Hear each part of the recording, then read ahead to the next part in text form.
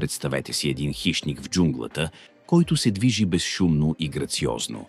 Той наблюдава плячката си с хладен, преценяващ поглед, без следа от съжаление или емпатия.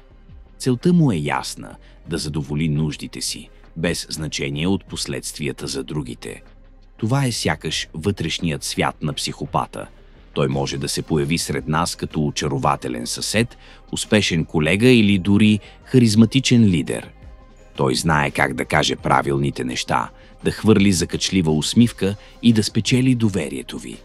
Но за тази маска често се крие емоционална празнота и липса на истинска връзка с другите.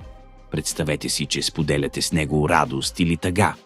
Той може да ви изслуша внимателно, дори да имитира съчувствие, но дълбоко в себе си не изпитва емоционалната тежест на вашите думи. Той е като актьор, който перфектно изпълнява ролята, без да влага истински чувства. Той е майстор на манипулацията.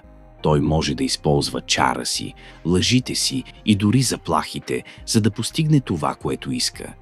Правилата и моралните принципи често не важат за него. Той вижда другите като пионки в своята игра, като инструменти за задоволяване на собствените си нужди. За него лъжата е просто средство за постигане на целта, а не морално нарушение.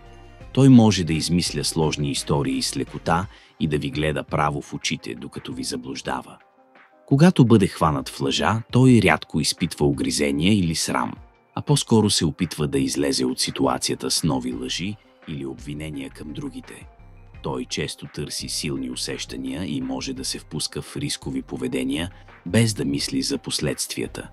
Скуката е негов враг и той постоянно търси стимулация, често за сметка на безопасността и благополучието на другите. В отношенията си той може да бъде повърхностен и нестабилен. Той може да идеализира хората в началото, но бързо да ги обезцени, когато вече не му служат.